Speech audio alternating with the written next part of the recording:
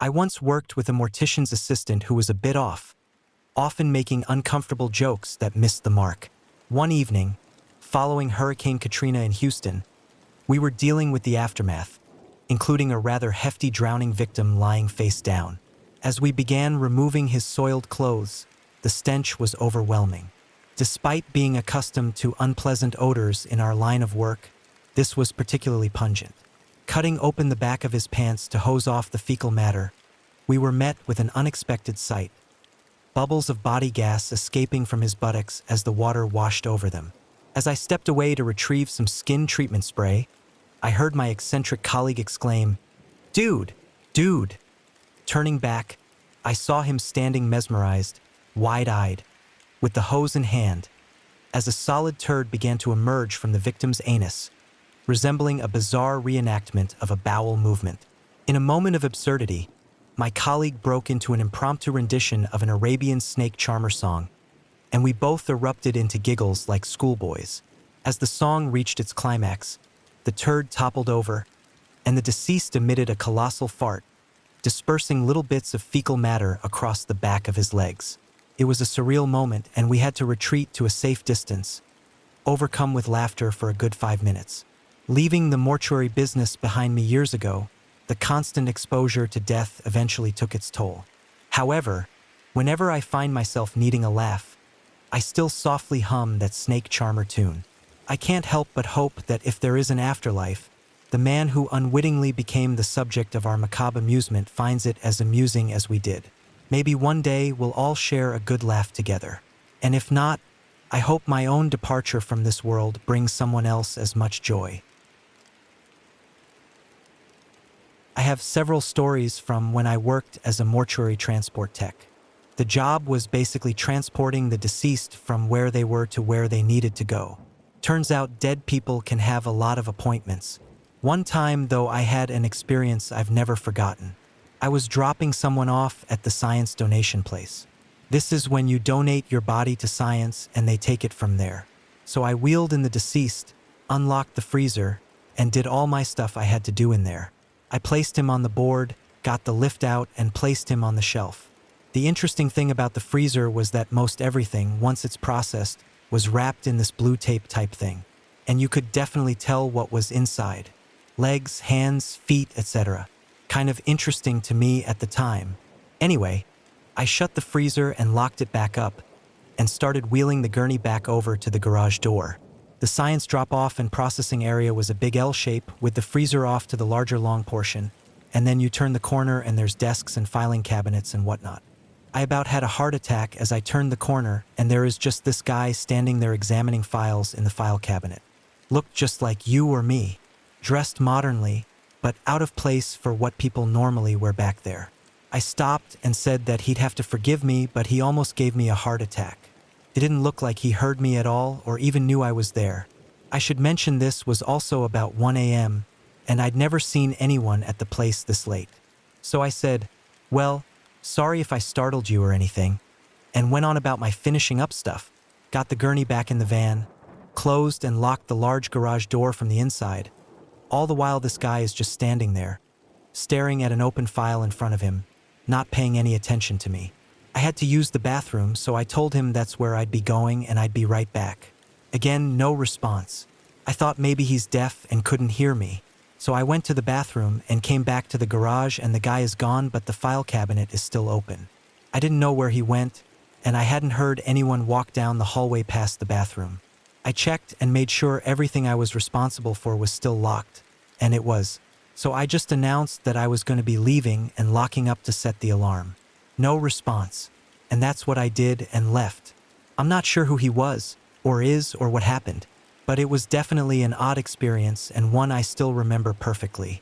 I have a few other memories about my time at the job, if anyone else wants to hear. Nothing like what happened above, though. What struck me as strange wasn't so much the deceased themselves, but rather the peculiar requests and inquiries from their families.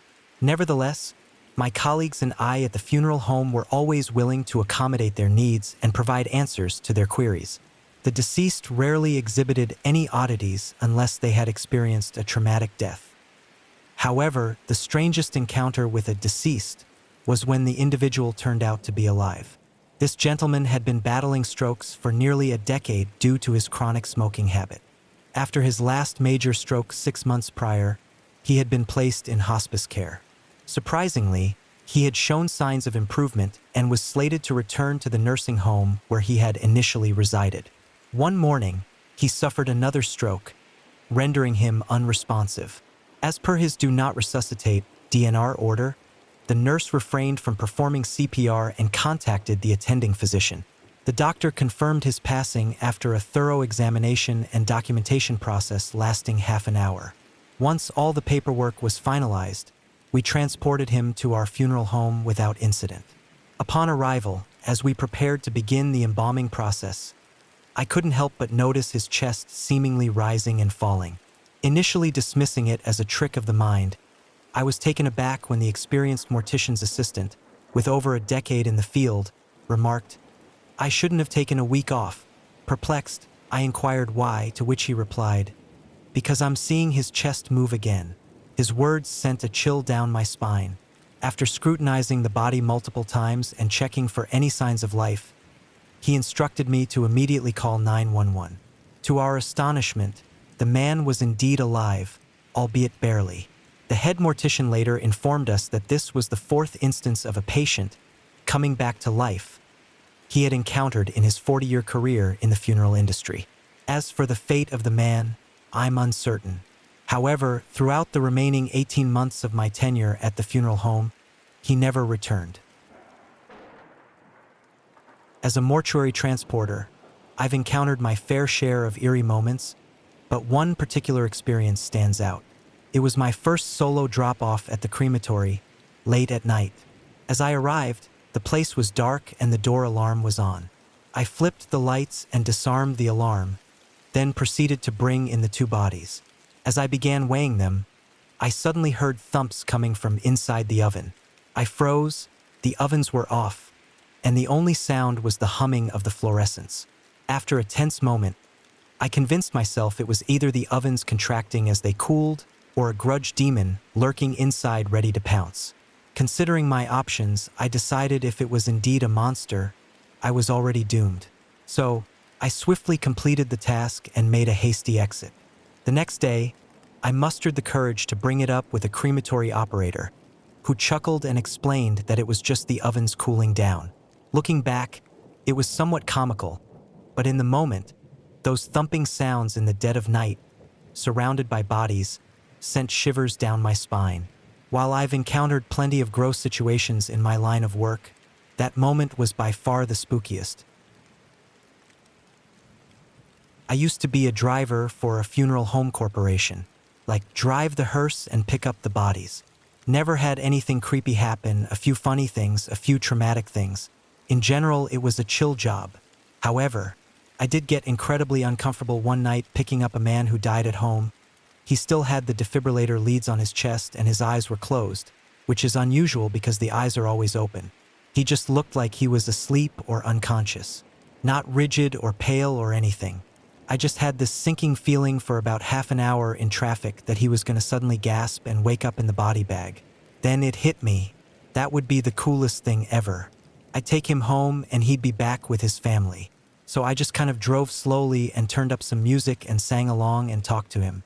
When I got him to the funeral home, I left him out of the cooler for about an hour while I did paperwork and played on my phone. When I got another call, I checked on him and his limbs had started to stiffen. I was kind of bummed. I put him in the cooler and went on my next call. In my 4 years as a mortician, I've encountered several memorable scenarios, but here are a couple that stand out. Before I started working in funeral homes, I had a job at my school where I embalmed bodies and performed lab technician duties in the cadaver wing. On my first day, no one explained how the gurneys worked. When I went to remove a body from the cooler, everything went smoothly until I tried to wheel the gurney out. Accidentally triggering the lever, I collapsed the gurney, pinning my leg under the weight of the body and the metal cart. I was stuck there for a few minutes until someone came to check on me. It was quite an uncomfortable experience, to say the least. Another incident involved removing a large gentleman from the top rack of the cooler. which required 2 people. In long-term storage, bodies are kept in bags tied off at the ends. Being shorter than my colleague, when we lifted him off, all the liquid in the bag rushed to my end, resulting in what we called being gooped. Covered in embalming fluid, I had to rush off to shower and change. Now onto a sadder note. One of the funeral homes I worked for handled organ donors and victims of crimes, presenting some challenging cases. Enucleations, where the entire ocular tissue is removed from the eye socket, weren't uncommon. We once received a case like this with the eye socket cauterized after the removal. However, I later learned that the woman hadn't undergone enucleation. She had actually clawed her own eyes out years prior. The hospice staff covered her eyes after her death because they found them unsettling. On a lighter note, there was a time when I had to transport a casket body in our hearse to a town 3 hours northwest of ours. It was a pleasant drive through the countryside until I started passing by barns and homes, and then encountered a horse and buggy, which was quite unusual. It dawned on me that I was driving through our Amish country, and I couldn't help but notice the unwelcome stares I received from the folks and kids in their buggies. In my experience, the most peculiar occurrences often stem from the interactions with the next of kin, as they grapple with their newfound sense of control over the funeral arrangements. Worked in the county coroner's office for a while. We got a call and I got to tag along. The call was for a body in a barn face down in a 55-gallon drum.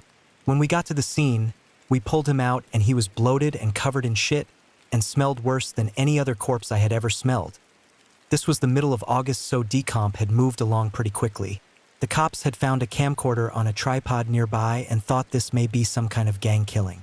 We watched the tape and it turns out the victim had a scat fetish and had been shitting and pissing in the drum for quite some time. He would open the lid, lean over the edge and jack off. The cause of death was heart attack/drowning. Was jerking it, went into cardiac arrest, fell into the drum, and drowned in a vat of liquid shit. Former biological anthropologist, and as an undergrad I worked for a forensic anthropologist.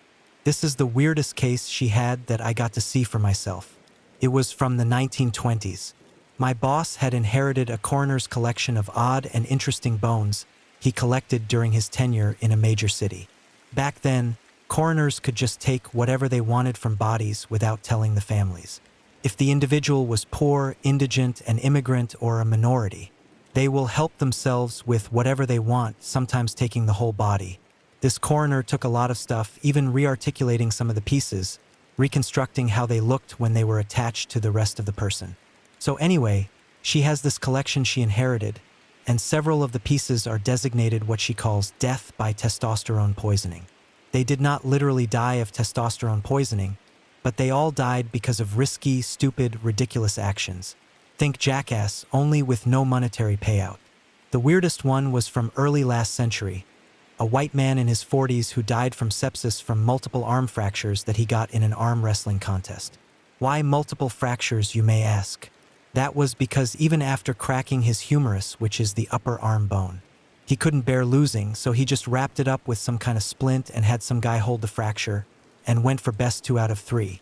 Whereupon he snapped his humerus all the way through and broke his radius and ulna when he slammed his arm down on the edge of the table in anger after losing.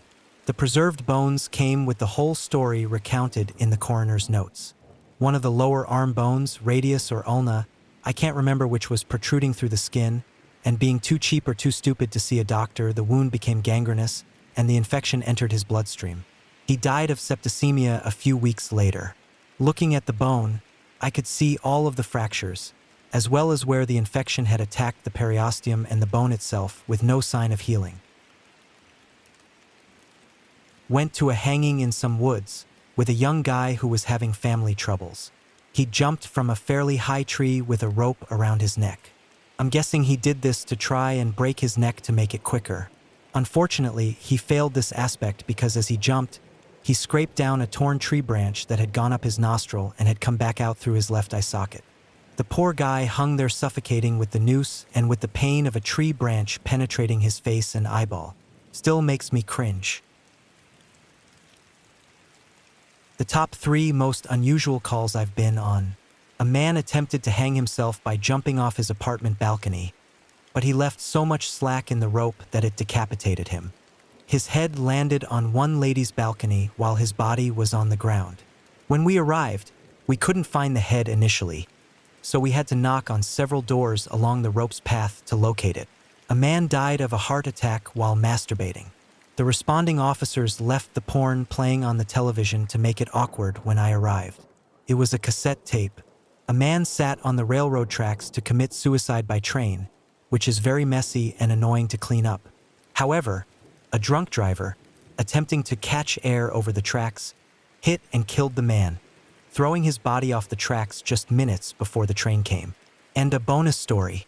A man shot himself in the head with a shotgun in his bedroom and left the ceiling fan on. You know the saying, shit hit the fan? Imagine his brain matter hitting the fan.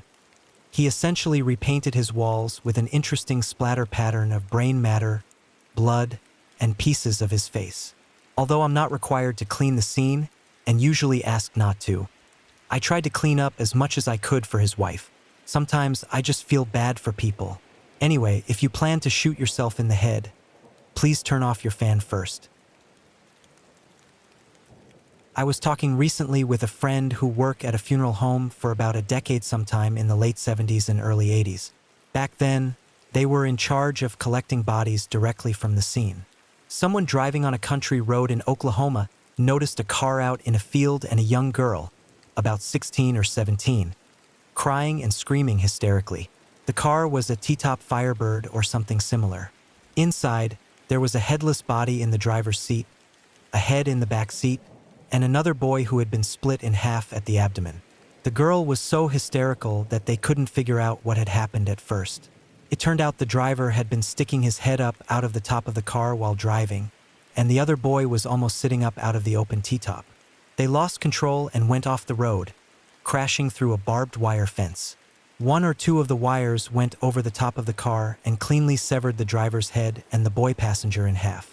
My friend said it took them the better part of an hour to determine what had happened. Then he collected the pieces and went on with his day. I worked briefly as a morgue assistant a few years back. The job mainly consisted of moving corpses and holding organs while the pathologist did his work. By far the most WTF-worthy death I saw was a guy who had been working in a factory.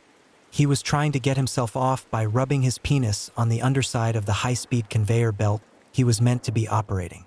He got caught and it tore off most of his crotch. It was ruled as death by misadventure. He had bled out due to a torn femoral artery before the paramedics even made it to the scene. My girlfriend was a mortician specializing in suicides. All suicides in the state were sent to her. One particularly disturbing case involved an elderly woman with schizophrenia. She had managed to swallow her severed right arm from the elbow down and had gotten halfway through swallowing the other severed arm, again elbow down, before dying of blood loss. These injuries were self-inflicted, and there were no power tools in the room. It appeared she had torn off or chewed through her arms. However, she would have died from blood loss long before managing to jam them down her throat, so to this day, I wonder how she did it. If I hadn't seen the look on my girlfriend's face the next day, I honestly wouldn't have believed it. The weirdest case was a guy who committed suicide. Figuring out what happened wasn't hard, but the weird part was that he and his friends were having some sort of suicide race to see who could kill themselves first. This kid, who I believe was 21, had overdosed on a mix of heroin, alcohol, and some other substances. That was his third attempt that week. We realized that the pedestrian versus train incident from a week before was one of his friends in the pact. Don't commit suicide by train. It's really messy, and we have to walk about half a mile of tracks to make sure we find all of you. Plus, you're forcing the conductor to kill you. But the thing that made me mad was that this guy knew he was trying to commit suicide, yet he wore 3 pairs of pants. I was in charge of undressing the body, and we couldn't cut the clothes off in case the family wanted them or something. Undressing a body that's already in rigor is hard. He had a pair of jeans, then a pair of Superman pajama pants, and underneath those, a pair of Charlie Brown Christmas boxers. In February, I swear he did it just to piss off a morgue worker, which happened to be me. Another weird case was a guy who committed vehicular suicide by slamming into the Jersey wall on the highway. The car stopped, his body stopped, but his heart kept going.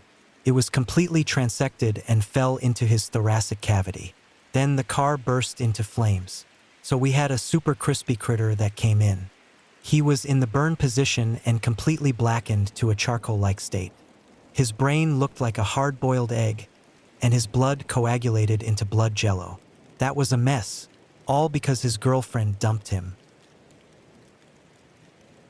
This didn't happen to me, but a friend of mine who worked for the coroner's office told me a story that has stuck with him for years. He often comes to me for venting and stress relief, and this particular incident really bothered him. The story involves a guy, let's call him Joe. Joe had a tough life and wasn't living at home with his mom. Instead, he was staying with his grandma, who had become more of a mother figure to him. She was quite controlling, trying to set his life straight, but like most teens, Joe did what he pleased and came and went as he liked. One day, a storm hit the town, and Joe's mom was hospitalized for unknown health reasons. Joe's grandma tried to reason with him, urging him to come with her to visit his mom, but he refused, saying he would visit when he felt like it. This led to a bad argument, and Joe drove off in anger. For some reason, Joe went to a park. On his way towards the highway on-ramp leaving the park, a large branch fell on his car, crushing and killing him. It wasn't long before someone called 911, and a sheriff arrived on the scene. The sheriff called the coroner, the fire department to retrieve the body, and medics to confirm the time of death. Somehow, Joe's grandma was contacted and arrived at the scene. My friend was there, waiting for the car to be cut open so they could retrieve Joe's body. When she was updated on what happened, she showed no remorse. Instead, she said it was karma and that Joe deserved it. She badmouthed him the whole time she was there until Joe's mom arrived with a family member. Joe's mom had a mental breakdown when she saw what had happened and was taken away by a sheriff officer since there was an APB out for her as a missing person from the hospital. After the incident, my friend did a follow-up on Joe. He discovered that Joe's body was in a horrific state. The impact had caused Joe's body and organs to squeeze through parts of the car and tree, similar to squeezing Play-Doh through openings. His cause of death was determined to be drowning, as his lungs were found filled with water. Given the photos of the car and the weather conditions, investigators concluded that all the water accumulated on the roof of the car had fallen like a mini waterfall onto Joe's face.